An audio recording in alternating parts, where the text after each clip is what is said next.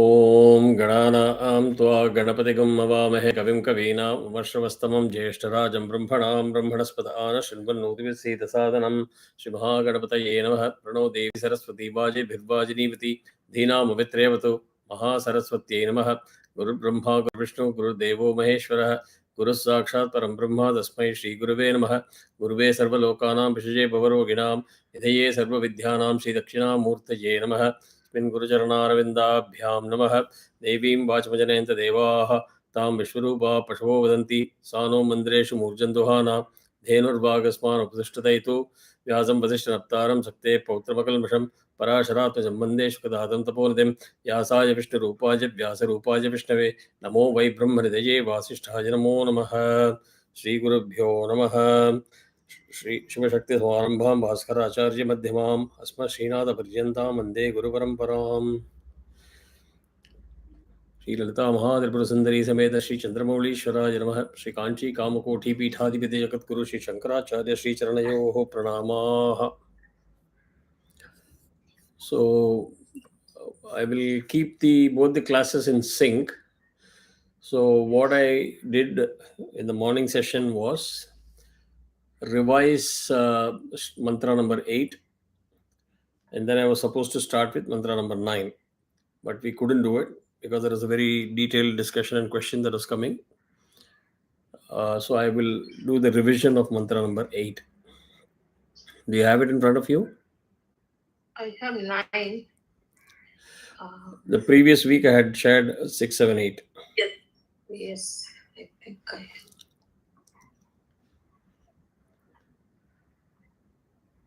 6, 7, 8.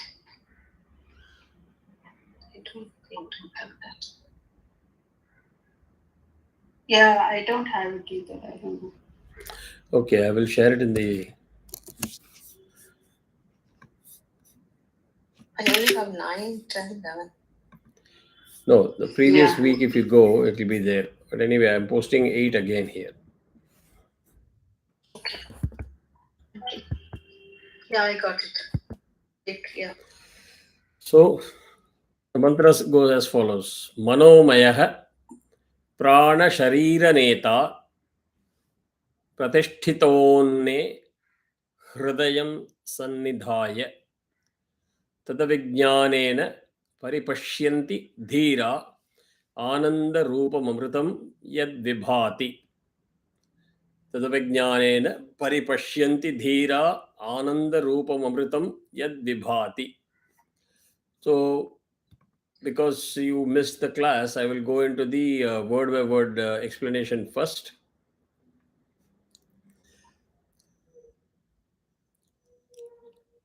Yaha means who. Rekha, your video is gone. It's there. I can see her. Oh, okay. Here I'm not able to see it. Yaha means who. Sorry, should I rejoin? No, it's okay. Sarvagyaha, omniscient. Sarvagyaha means omniscient. Sarvavit, all knowing. Bhuvi means in this world. Are you paying attention? Yeah, but I'm looking for the words you are telling in this shloka. So, okay, I got it. I know what happened there. Wait a second. You can read Devanagari, no? Yes. In fact, Radha shared the Devanagari and Hindi, English version. So, Rekha, you may have to look for that. Okay, I'll check it out. Yeah, I have this one. Yeah. This one I had, but it looked different from the usual script you sent. So I thought maybe it is a different shloka. Yeah, this I had.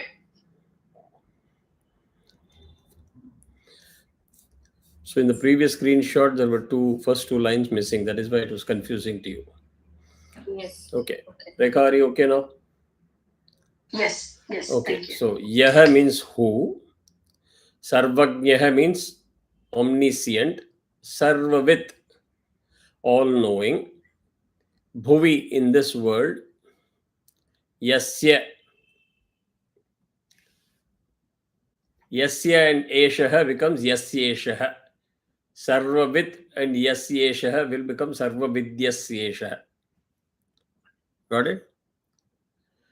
So Yasya means whose, Eshaha, this, Mahima, glory. Again, Eshaha is this, Atma is Atman, Divye in the effulgent means very bright.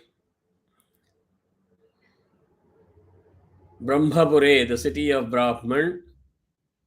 Vyomni, in the sky. Pratishtitaha, seated. Manomayaha, of the form of mind.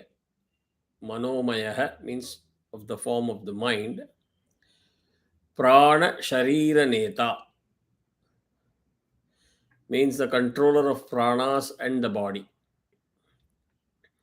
All of you remember all the pranas that I talked about, right? Different types in the various parts of the body.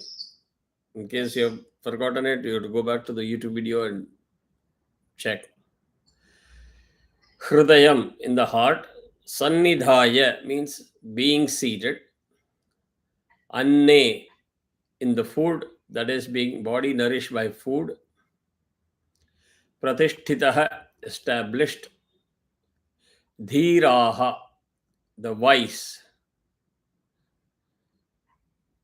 Tad vijnanena, by knowing which. Yat means which. Ananda Rupam. Ananda Rupam Amritam is split into Ananda Rupam, of the nature of bliss. Amritam, immortal. Vimati, shines. Vibhati, shines. Tat means that. Paripashyanti means see or realize. Got it? So if you summarize this, it says this Atman that is omniscient and knows all, and whose is this glory manifest in the universe. Whatever you see in the universe is the manifestation of his glory. Dwells within the sky of the effulgent city of Brahman. He is of the form of mind, the controller of the pranas and the body. The mind controls the pranas and the body. He dwells in the body, having seated in the heart. So, if you remember in the previous classes, I said whatever is the evolution process of the universe is the same as the evolution process of the humans. So, there is a mapping, one-to-one mapping, that is in the macro scale, this is in the micro scale. So, if you're talking of the Brahmapuri there, here the Brahmapuri is the heart corresponding. So, please keep track of that, it will be easy to follow. Otherwise, if you lose track of that, it will be very confusing. By his knowledge, the wise realize what shines as the blissful immortality. Do you remember the process of moksha, what I said? There are certain things that you will pass through, you will see. Do you remember those things? Very difficult question. Sudden googly from Goa. Yeah, definitely. So, when you go into the higher levels of realization, you will feel that you're passing through the jungle and you will see 100 suns light equal to 100 suns. Does it ring a bell? Yes. Yeah, when that happens, you will see everything around you melting the way you see it. You will see something different. And that is when you are in a state of bliss. Now, bliss is different from just being happy. That also we have discussed. Right? No? Monaji is very silent. Yeah, we have discussed. So this bliss is short-lived, or No, what not necessary. person- Not necessary. Okay. It's nothing to do with the duration. It's the state of mind. Okay. So once person gets bliss, so he continues to have that, or he will slip away from that? It can slip away, but if you're in a state of realization, there is very much there are books that I've read which says self-realization or moksha is not after death; it's while you're alive. Number one, and when you Okay. take the energy kundalini from Mooladhara to Sahasrara, those experts can also bring the energy level kundalini back down. They have the capability to go traverse up and down through the Sushumna. Got it. So Okay. now, is bliss clear or not clear? Because if that is not clear, Yeah. this whole fundamental aspect of immortality and bliss is all not going to be understood. Rekha. Listening to you. That's it. Yeah, but you participate. Either you understand or you don't understand. You want me to repeat, clarify, or move on? Yeah, I'm not understood because I'm not, I think. Okay. I will give you one hint, and the other hint you must all know. Okay. One hint is when somebody takes excess alcohol. If you speak to that person the next day morning, the person will say, I don't know what you're talking about. I don't remember anything of what I said and did last night. Right. They will be talking to you and making sense up to some time. So initially they are happy and then they transgress into a state of bliss. Okay. So for them at that time, that is bliss. When Yeah, you just don't know what's happening around you, and you're devoid of everything that is binding you into this planet. Okay. All whatever is suppressed inside, the truth will come out, Sir. and you will not be subscribing to the protocols of this society. Correct. Yeah. You're saying something, Buna.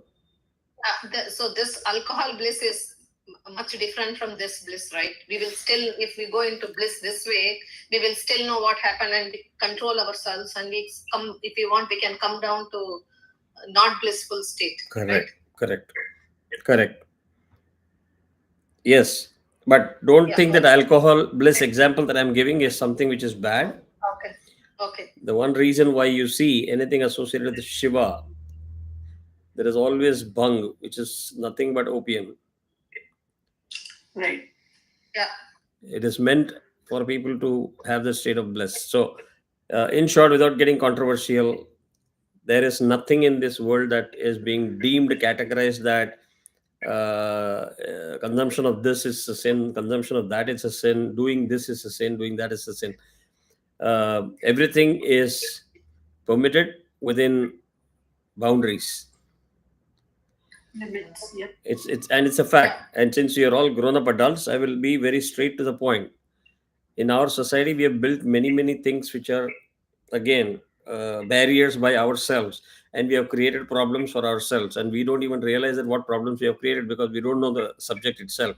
So we'll come into that part of avidya or ignorance in the explanation of this same mantra number 8.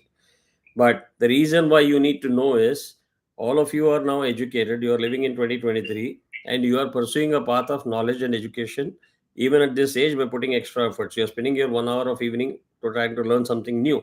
So it is important for you to understand the reality, not go by public interpretation or what is technically correct or politically correct. Those things can remain outside the house. Inside the house, you are accountable for yourself, and you need to know things so that you can do a good job of yourself and your parenting. Right? So the society has a structure of education where there are times where people are told until you are matured enough to receive additional level of information and knowledge, don't do this, don't do this, don't do that, etc. Don't talk about it.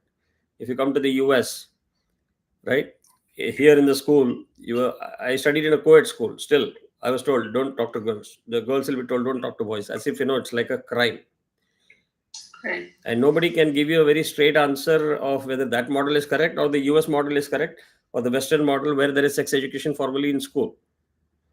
So problem is very simple. Whether you believe this model or this model, if you are going to choose remain ignorant because of all this crap that you've built in, and you start judging your next generation that is more knowledgeable, right, and they start judging you back, you're creating a stress situation at home.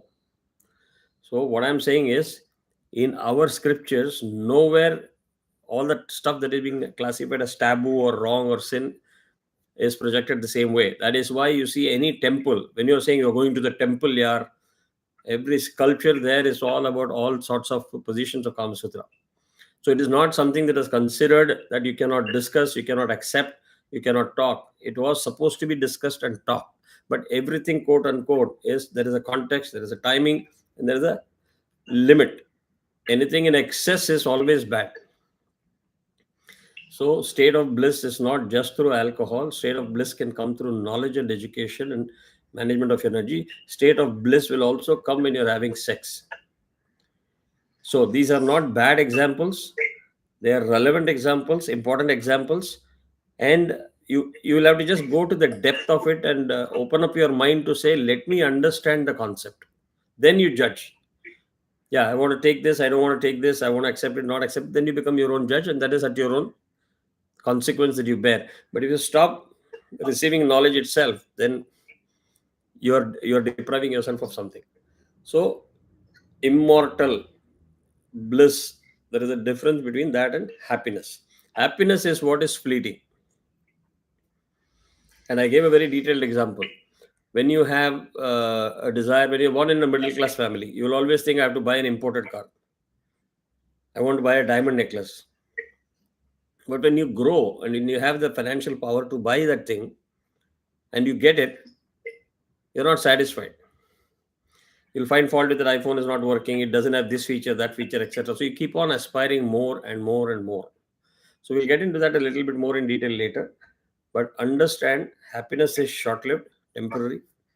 Bliss is long-term. But the analogy is given only from the purpose of for you to understand what is that state of mind. It's about the mind. Sorry, Kumar. Yeah, no problem. I don't know whether you missed enough or you were able to catch it. So, coming back to the omniscient and know-all. He being the reality of life, all life and existence, and seated within the consciousness of all, as the very principle of consciousness, knows all both collectively and individually. It is the same Jivatma in my body, your body, and Bona's body, and everybody's body. So he is seated in every body, right? So he knows individually each person and collectively everybody. Then glory manifests in the universe in the forms of law, beauty, and power or energy. In fact, this universe itself is expression of his glory or power. When you look at the universe and you hear about all this stuff, you see pictures of moon, nothing but a simple planet or a simple satellite around the moon or around the earth. You get so excited. You see pictures of Mars, you get so excited. You haven't even seen Saturn and Jupiter. All you can do is your jaw drops. This is within our solar system. If you spend a little bit more time, understand, read all the news that you get about solar winds, what damage it causes, who is doing all this stuff. I don't think there's a man-made invention that is doing all this stuff, right? So obviously there is a God. Creator. Yeah. So you appreciate the glory of what has been created. Dwells in every life. As the lotus of the heart is usually called Brahmapuram or the city of Brahman, and effulgent, inasmuch as there is Brahman, is meditated upon by the devotees as a smokeless, brilliant light. So when you want to meditate upon internally in the process of your self-discovery or realization, this Brahman will be imagined as a very bright light seated within the heart. And again, when you say heart means, don't take exactly the physical location, because it's not a physical organ. It's an energy center, right? So he is of the form of the mind. The pure consciousness of the pure self appears as one with its content or the mind. In ordinary state, the chit or the purusha remains perfectly identified with the mention, as Patanjali says, vritti sarupya mitrastra. In other words, the witness appears to be identified with the thoughts. Uh, the easier example is when you say I am happy, you're reflecting your state of mind. When you say I'm upset, depressed, you're reflecting your state of mind.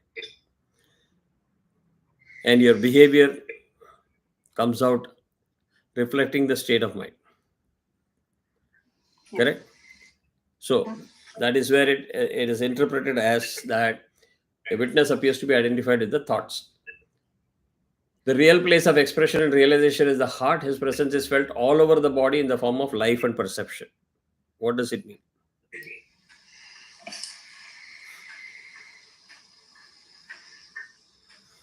Even when you go to the concept of prana that I explained, there were pranas that are very region centric, and then there is a prana that is pervading all through the body. Correct?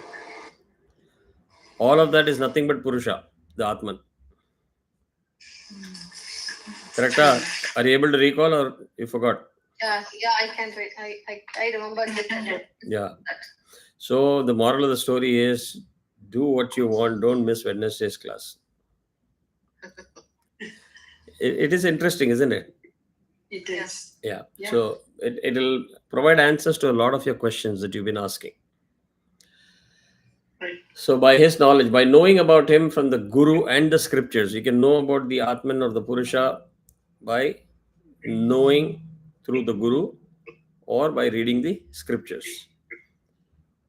The wise realize through meditation, etc., the immortal, eternal, ever blissful, absolute state of the Atman, becoming free from all the bondages and miseries of life. So please understand in layman's language, you say that you are now reached self-realization when you are free from the bondages of the materialistic world. That you all know and agree, correct? No? Of course we know. Yeah, I've heard of it. Mona is still thinking. It says, okay, let me see. Padmaji, your video is not coming for me at least.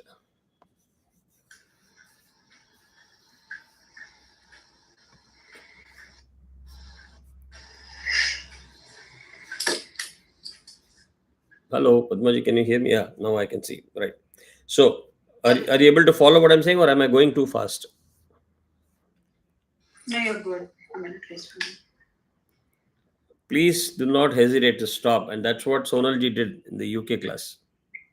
She had questions, she stopped me, and we didn't move forward. So we had to keep on addressing that part.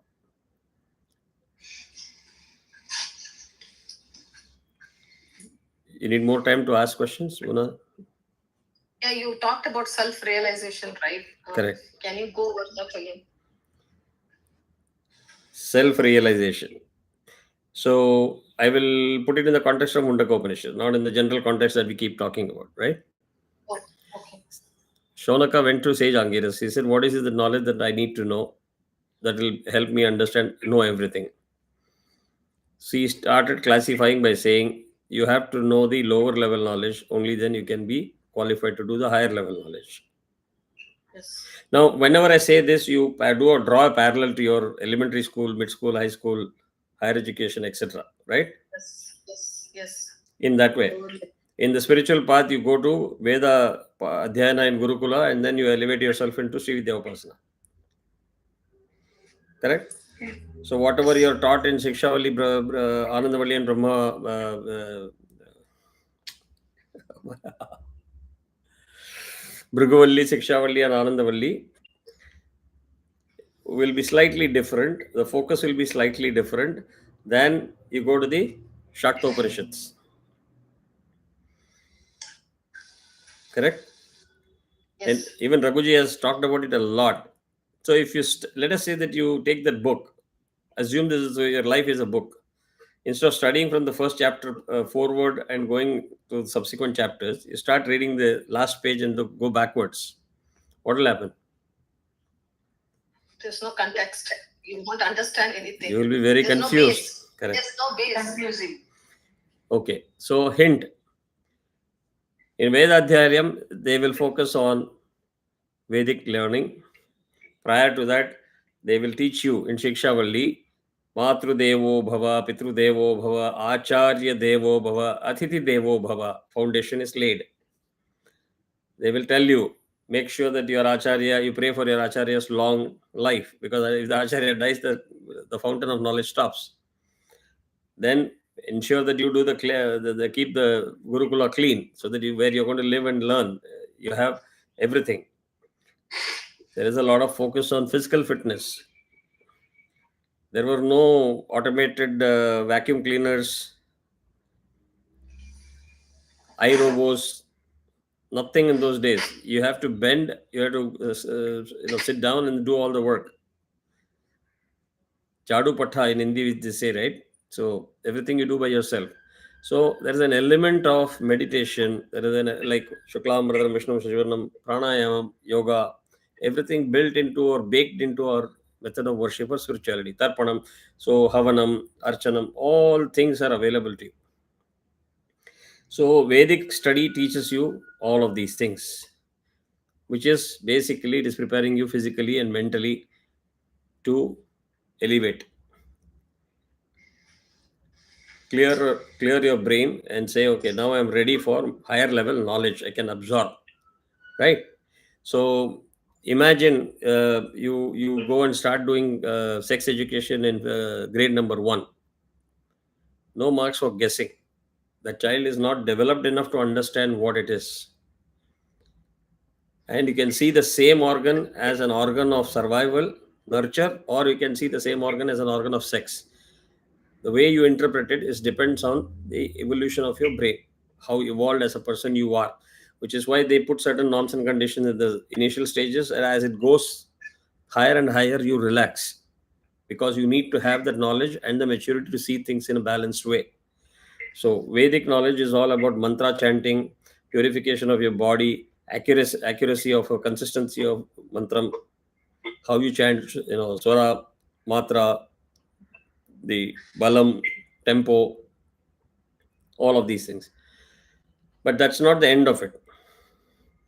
Once you're prepared, then they say move into Sri Vidya. So while in Vedic chanting, it's all about our external worship. You worship the god, you worship the environment, you worship the wind, you worship everything around you. In Sri Vidya, you flip the whole thing, you go internal completely. There the focus is, you talk about yoni, you talk about Dasamahavidya, you talk about Shat Chakras. How can you talk or how can you do nyasam if you come with that mindset of, oh, this is all very sin to talk about it? You are not qualified to be there. So unless you mature yourself, you can't start this. It's like nobody's going to give you an admission in a grad level program or a PhD unless you have some basic qualification. But once you have the basic qualification, Sage Angira says you have to go to the higher level of knowledge. If you go back to the mantras, it says Rig Veda, Yajurveda, Samaveda, all those Vedas are all basic, lower level knowledge. Reason is, when you learn those things, it doesn't teach you to come out of the bondages and attractions. You're caught in this trap of all desires that is never ending, and you spend your entire life in fulfilling the desires. Correct? So you're attuned. If you see the philosophy of Hindu philosophy as well as the Western philosophy itself, we believe in mind, soul, moksha, all of those things. The Western world doesn't believe. For them, it is like you're born, you're dead. The focus is entirely on the body. They don't believe in the concept of rebirth. There's a huge difference. Similar way, whenever you talk of anything which is internal, abstract, etc., they don't believe. They will trash you. For them, as I've said in the previous classes, everything is about those 5 senses. I want to hear it. I want to see it. I want to feel it. I want to smell it. I want to taste it. If I can do either of the 5 or all of the 5, then I believe what you're saying. Clinical evidence. We don't subscribe to that rule. So you can't look everything through that prism, because you are, after all, based on your current state of mind, you are a very, very ordinary, low level human being. Regardless of whether you're a Brahmin or Shudra or Kshatriya, it doesn't matter. You elevate yourself through knowledge. So first Vedic knowledge. Once the Vedic knowledge is there, then you practice the art of saying, okay, how do I manage the Kundalini? How do I manage the energies? Understand what the energy centers are, what it is supposed to do. Correct? So when you try to raise the Kundalini from Mooladhara to, what is this? Sahasra. No, that's the. Don't remember the name. Vishuddha. Shuddha. Vishuddha. Shuddha. Up to here, you will see that you're passing through forest. You'll suddenly see 1,000 lights sun. Agnya, when you reach Sahasrara, you're actually merging Shiva and Shakti. Shiva is seated in the Sahasrara. Shakti is in your Mooladhara. Now, if you say, show me Mooladhara, I can't take a woman or a man and put it on the operation table, strip all the clothes and say, okay, here's Mooladhara, because it's not physical. So how do you learn? You have to learn by believing it. You have to learn by practicing it. And only when you start practicing it and practice it the right way, you will experience things, because now you'll think different, you'll feel different, etc. And when you reach here, it is called that you achieve self-realization. You will suddenly realize more about who you are, what you are, why you are born in this world, what is your duty, what is your goal, what is your agenda, so on and so forth. Make sense? Yeah. So when you know the goal, so then you are driven to achieve that goal, right? Correct. That means you are so you'll start getting selfish to realize that goal, right? What is selfish? Define selfish. You are using the words very loosely. Yeah. You will do anything to achieve your goal. Probably that will not take you. Do you remember the sankalpa when you do sankalpa? More focused in the path of realization. You cannot achieve a path of realization by following adharma. That's what I'm telling. You have a goal, so you will go towards getting that goal, and then you will in the right way, under the guidance of an acharya, no? Okay. So okay, so the acharya has to know that his shishya has reached this Vishuddha state. Don't you think that Raghuji is also very choosy as to which mantra upadesham he is giving to who? Yes. So he doesn't just give the mantram and say, okay, now you got it, go enjoy. No. Okay. When you interact with him, he's not having fun. He is actually studying you, your maturity. Yes. Have you evolved as a person? When you're born, human, you are given X number of breaths bank account, and you have given full freedom to spend it the way you want it. Opportunities are given equally to everybody. Some take it, grow, achieve their goal. Some keep on talking on WhatsApp or in person. They don't put in any efforts, and without putting the efforts, nothing will come. Everything is effort, actions, consequences. Okay? Take the example that you're attending the class today.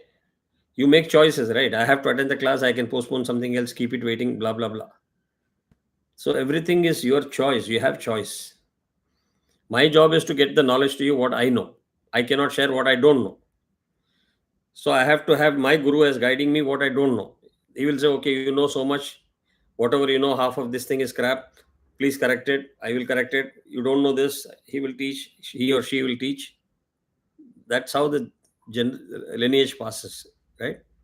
Okay. So back to being in the path of self-realization, every individual has got the right to say, this time is mine. So in 24 hours, you have every right without being guilty to say, I have to take care of myself. What is the meaning of taking care of myself? It's not to stand in front of the mirror and do makeup and lipstick. It is something which will lead you to self-realization. Progress. Self-realization is the end goal. Yes. This is a long journey. So you'll have to understand every step. I have to pass grade 1, grade 2, grade 3. I have to pass tomorrow's test. I have to pass the the quiz test. I have to pass the lab test. I have to pass the half-yearly exams. I have to pass the annual exams. You must understand those milestones and keep passing and progressing. You can't jump from grade 1 to PhD directly. More so when it involves maturity of the brain, evolution of your brain, mind, everything. So if I tell you, what is your state of mind, can you tell me exactly? You'll just say something based on what comes to your mind. May not be the true state. And nobody will even be comfortable to state the true state. I'm very depressed. Very few people speak that. So you have something in your mind, but you will say something, you'll project something, all this under that social compulsion. I have to project this, otherwise, what will this person think of me? Oh, it's so embarrassing. Honestly speaking, every person will go through every set of problems or issues or challenges that you're facing, because that person is also another human being. The, the degree and the timing varies, but everybody passes through all sorts of challenges. But the whole norm that we have built, project our family is doing good, our family is perfect, ideal, and in the pursuit of all those things, the amount of mistakes that we commit is mind-boggling. Not only in our own generation, but for other generation, next generation also. People put themselves into serious risks, serious problems, and they hide and they create it even more serious. They don't know how to deal with it, and then it blows out. Seriously. Those who know me well, they know I do a lot of counseling. So I know the issues and challenges in many families. And I'm not saying why they are. I'm not going to embarrass them. They have problems. I have problems. Each one of you, I can give it to you in writing, you'll have problems. The issue is not about having problem, because some are yourself made, some are God's decision that you'll go through those challenges. The issue is to create a society where we can help each other without having to embarrass somebody. If you come to know something, think, can you do something to help? No. Zip, focus on yourself. And that only comes through knowledge. Right? You must have seen many a time somebody's daughter has married a intercaste. See, such a bad parent, didn't know what was happening, didn't have any control. They will write a book. The same person or parents, when it happens in their own home, they'll say, after all, it is my child. No, how can I just dump? And even for a moment, they'll not think that I have destroyed somebody else's peace and life. So these things can be avoided only by facing the truth, facing the facts, and learning, acquiring more and more knowledge, authenticated knowledge, not Baba Ramdev's speech and all the commentaries that you see on internet. So back to this, if you really look at the reference here in this mantra is, the knot of the heart is broken. Straight answering your question. The knot of the heart is broken, all doubts are cleared, and all actions perish when the Supreme Being is beheld or you come in contact, which means when will you realize that you've got self-realization? That's 100 sunlight means all the bondages that are holding you, all the belief systems that you've been living all this life, all these years, it will suddenly break open. Right? So if you're attending the class and half of your mind is there, no, I haven't cooked the right food that my daughter wants. She must be hungry. These are bondages. Now you can't keep on saying that bondages should not be there, or you project it by saying bondages are sin.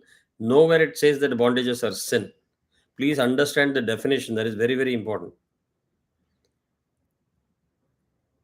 Nowhere it says if you spend 1 hour for yourself to educate yourself, it is a sin. The definition of sin is not that loose. Definition of sin is as per the Dharma Shastra, not what you and I have heard or what you and I feel. So instead of creating our own interpretation, how can you kill something and eat? No, the whole carnivorous world itself is created for that, to maintain the ecological balance. Say the lion and the tiger, they hunt the other zebra or other animals in the forest. Don't make the lion and tiger sinner. That is their means of survival. That is what they have to do.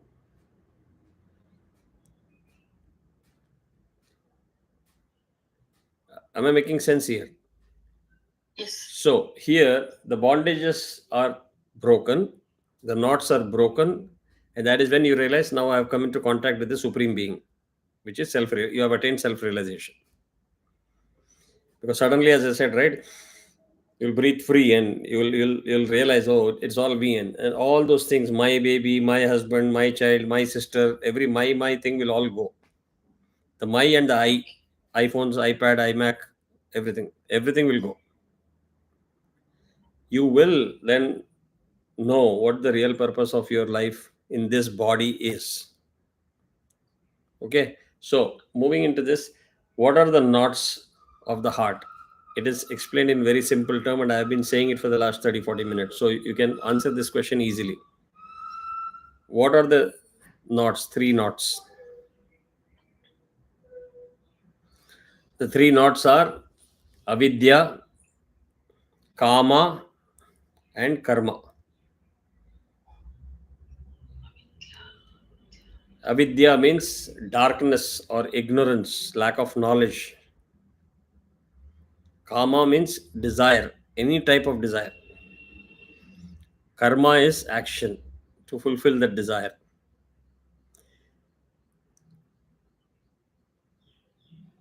You will have karma never ending till you live in the world of darkness.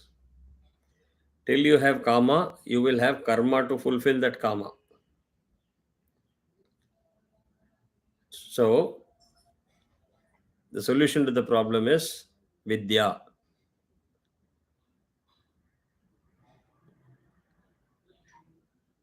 So, if you heard me today and if you believe it and tomorrow you practice it, you will experience something different. Your child that you thought is going to abuse you by saying, how dare you just sit there and enjoy without cooking the best food for me, might say, I'm glad, mom, you're spending time for yourself. They can wait. They're not going to die. That unless they get the food at 9 p.m., they're dying. Correct? All of these judgments or assessments, correct decisions can come only through knowledge, correct knowledge, right? So, the three building factors confine experience to an individual personality.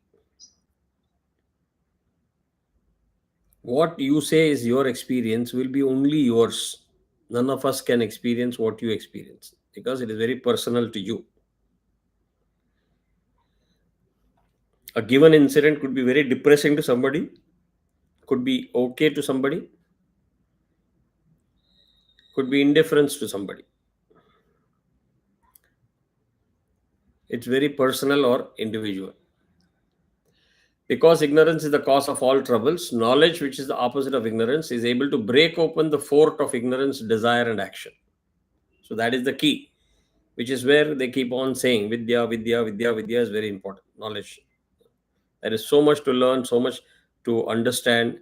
You start from the anatomy, you start from the mental plane, you start from interactions of these planes, you understand the causal body, you learn all the tricks of the trade to do puja, havanam, sankalpam, tarpanam, achamanam, small things, nyasam.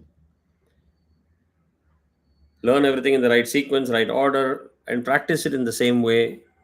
When doubt, there is go for clarification. Don't assume things. This is the constant process, day in and day out, as long as you are in the Jagrat state.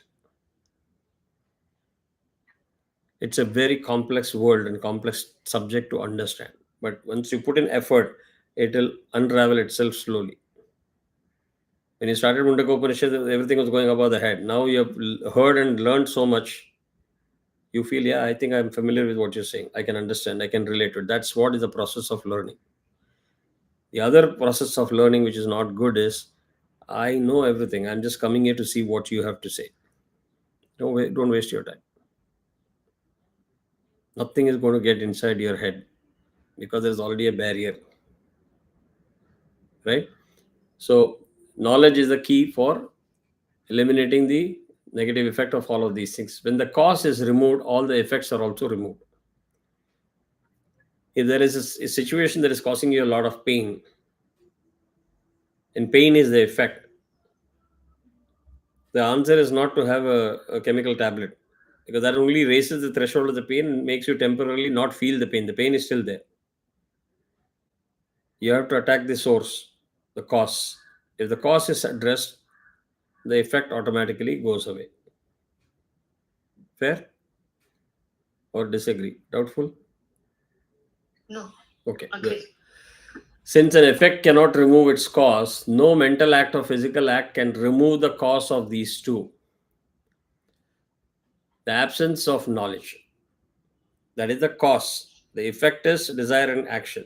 So if you're suffering from the desire and action cycle, you're not able to get out of it, you don't expect your desire and action to get knowledge to you. It is the other way around. Knowledge will eliminate these two things, the bad impact of these two things. Okay.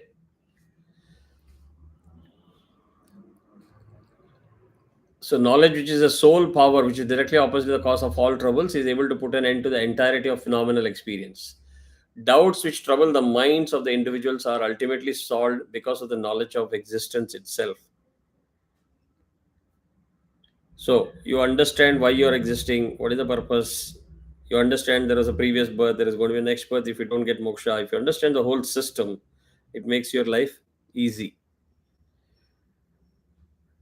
Doubt is a function of the mind, which is an effect of nescience, which means that lack of belief, lack of acceptance in saying, okay, I don't know what I don't know. Here is a person that has been through that path, and when they say it, it has to be that way. And it is a first step for you to take in the course of educating yourself. You don't come and attend a class and then start questioning the competency of the teacher. That means you're in the wrong class.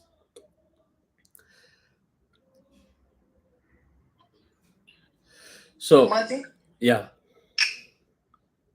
Go ahead. this midya, can you explain the midya? You said solution is midya, right? Vidya, knowledge. Vidya. Oh, okay, vidya. I am thinking of midya. So, Vidya. that is- So, coming to actions. Actions are threefold in nature. Action means we are talking of karma. Sanchita karma, which is something that you'd have heard. Agami karma. Have you heard of this word? No. Okay. Sanchita. So you're learning it today. Which one? Sanchita Yeah. karma, Agami karma, and Prarabdha karma. Yeah. These first and third way I've heard. Yeah, because that is mostly circulated on WhatsApp. The third one is not. No. I don't read those lots of messages. Please repeat the second one. First one is Sanchita, second Agami. Agami. Agami means future. So, Sanchita karma is the store of the effects or the impressions of all the actions performed by an individual in his or her countless previous births. So, it's a balance sheet from the sum total of all your birth. Some of you may be in the second, some of you may be in the fifth, some of you may be in the seventh. We don't know. Thousands. Maybe thousands. No, there are only 7 births. It's not infinite. Oh, only 7. Okay. God also doesn't want backlog. If he gives 1,000 to each one, imagine what will happen. I mean, God will go crazy. So he keeps moving you from one loka to another loka. He says, enough residence in earth for 7 births. Within 7, clear up your balance sheet and go. So Sanchita karma is the store of the effects of all the actions performed in the previous births. All these effects of actions have to be experienced by the individual in different bodies. Correct? If you are in different births, it's not the same body, because the body is a packaging material that you just acquire when you are coming into this world. You burn it when you go. Fair enough? So this janma need not be a human being. It can be any other janma also. It can be, yeah. Okay. So, an action or a group of actions out of the Sanchita karma, which can be experienced only under some particular conditions, is allotted to a particular body for the sake of experience in those conditions demanded by the special effect or group of effect of an action or actions. This allotted portion is called what? Prarabdha karma. Prarabdha. Yeah. Prarabdha. That allocation That means already happens have to before you're experience. born. You're in the womb, you're still not into a body. This decision is already made. In this body, this karma will be allocated for you to experience, and an opportunity given to say, okay, clean it up. Clear? So that means you got to experience that. You cannot will. escape. You will. That is the purpose of putting you into a body and sending you down here. Oh, there's no escape route. Pun intended. Down here means pun intended. No, it's amazing. I mean, when you see the whole process itself, it's so amazing. And for me, the more and more I read it, it blows my mind off. The agami karma consists of actions performed by the individual through a particular body of the mind, which will bear fruit in the future. So this is also an important thing to understand. Yesterday I performed puja. I made Rudra happy, or I made Ganesha happy, but today he didn't give me the thing that I wanted. It doesn't work like that. So there are actions or karma that you do today which will bear fruits in the future, later date. It can be in the next janmam or in this janmam itself much later. These are not under your control. Which is why Lord Krishna says, Karmanyevadikarasya mahaphaleshu kadachana. Don't keep on worrying about results, consequences. You may or may not see it. Believe in the system and keep doing your good deeds. Correct? So if you don't even know what are the good deeds that will take you to that path, how will you do it? So if you don't spend time reading all these things and educating yourself, you're just living a blah blah life. You think you've achieved a lot? No. No. So a portion of that sanchita came into prarabdha, right? Correct. Allocation what for about this the janma. remaining- Yeah. What about the remaining things? The remaining is balanced. So that will continue to remain. No, it's your history backlog. So that will come to the next janma. You are allocated things to clear up in this janma, no? Why would God keep some more things pending? No. From the sanchita, everything is given or a portion is given? A portion that needs to be settled is given. Okay. Okay. Point is, you don't carry the entire bag. Right? Portion only is given, right? Let's say in a simple language, you have a cupboard. In the cupboard, you've got many objects, out of which you only see one item is supposed to be cleaned up. Okay. Will you take the entire cupboard every time you want to clean up, or you'll just take that particular item and go? So that sanchita may be good and although also bad. Sanchita is balanced, settled, the good and bad. That entries are all there already. You can't erase the entry. Okay. Okay. So it is the settled account. Unsettled one is given to you. Go. Try to settle it. Okay. Got it. Clear? Yes. Okay. Yes, got it. So it is sometimes held that the prarabdha karma of a jnani is not destroyed. That is one belief system. Prarabdha karma of a jnani. Jnani means a person has attained self-realization. Is not destroyed. Sometimes it is suggested that even the prarabdha is destroyed when knowledge rises. These are two schools of thoughts. The portion of the effects of actions to be worked out through a particular body is separated from the sanchita karma and allotted for experience even before the birth of the body. That is what I said just now. You don't carry the sanchita karma with you as a baggage. It is separated. Only the prarabdha karma is what you get in this birth. Hence, the momentum with which the prarabdha starts actuating the body is exhausted only on the death of the body and not before. Please understand that. So all the destruction, etc. Ah. So here, what it says is the momentum with which the prarabdha starts actuating the body. As soon as you're born with the prarabdha karma, it sets you in motion. Come on, go. It's like that the clap on the track. Run. And you keep running. Yeah. So that prarabdha karma keeps running with you. It goes nowhere. It is with you.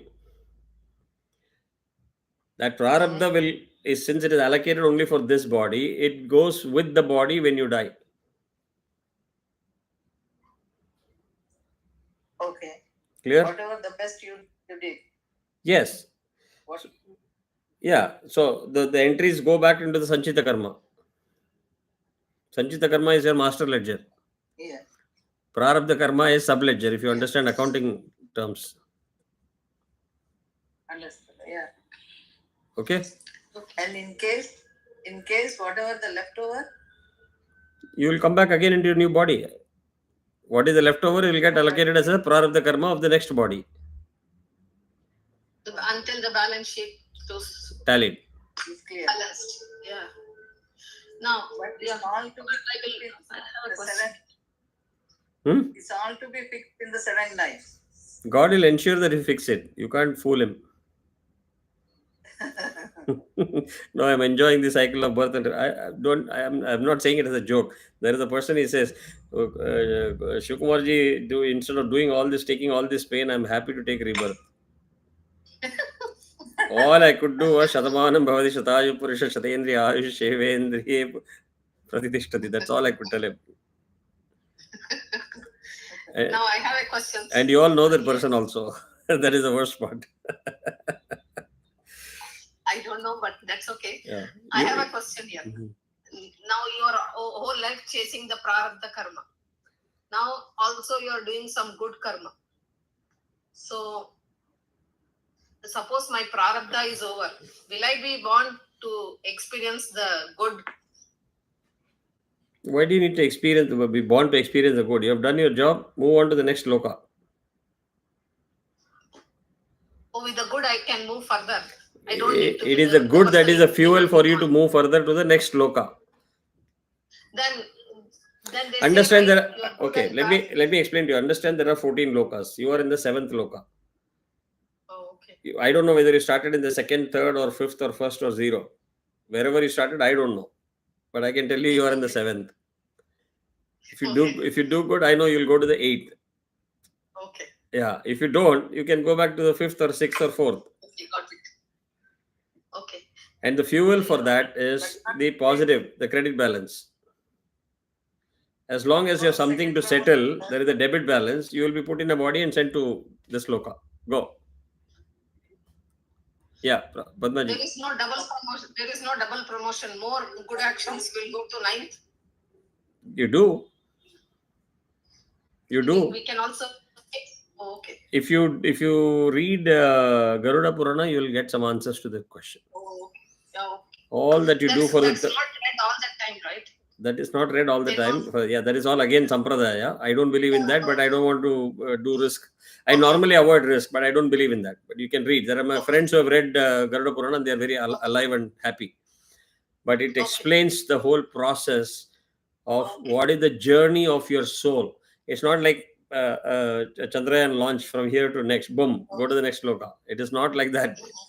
You actually go through the journey, and it is a day's journey in that loka. Okay. But it is 1 year for us in the Bhuloka. Yeah, that Kanak I know, but That Kanak, if you remember, on the 11th day or 10th day, the Vadyar will ask you to roll. If you are the Karta, he will ask you to roll a coconut. yes. That is a Pratinidhi for Rishabha. Okay. Is the Vahanam of Shivan. In good old days in Gramam, they used to take a very powerful iron rod and physically put it in the back of a Rishabha. Seething in pain, it will run. It is symbolic of the Ganas that are stopping and saying that, you stay here only, why you want to go? You have gone through the path of, depending on your balance sheet, you'll go through the hot oil bowl, you'll go through all kinds of tests that you'll pass. At the end of, they'll say, why didn't you stay here? in order for you to get released, it's like a Chandrayaan slingshot mechanism. At the correct orbit, they'll say boom. At the correct orbit, they'll give a boom. That boom is the Rishabha. Okay. It will launch you into the correct loka depending on what your net scorecard is. That 1 year of Earth and 1 day of that loka is where you're hanging in the southern pole, in the Pitru loka. Okay. Do you understand? But now they are not doing it. You are in a quasi state. There is a transition Okay. period.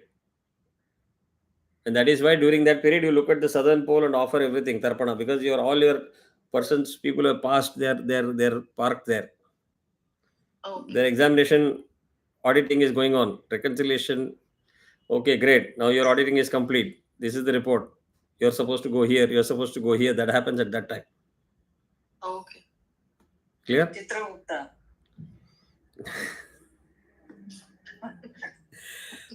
Okay. I don't want to get into the names, but you got what I'm saying. So we'll quickly complete this. Even the individual is resolved into the absolute consciousness. The body, as long as the prarabdha is not exhausted, will continue to move as directed by the prarabdha. Through this movement of the body does not become the object of the knowledge of the self-realized person. In this sense, prarabdha is not destroyed even when knowledge dawns. So after all the big arguments which you don't have to worry about, the some conclusion is prarabdha is not destroyed even when there is knowledge,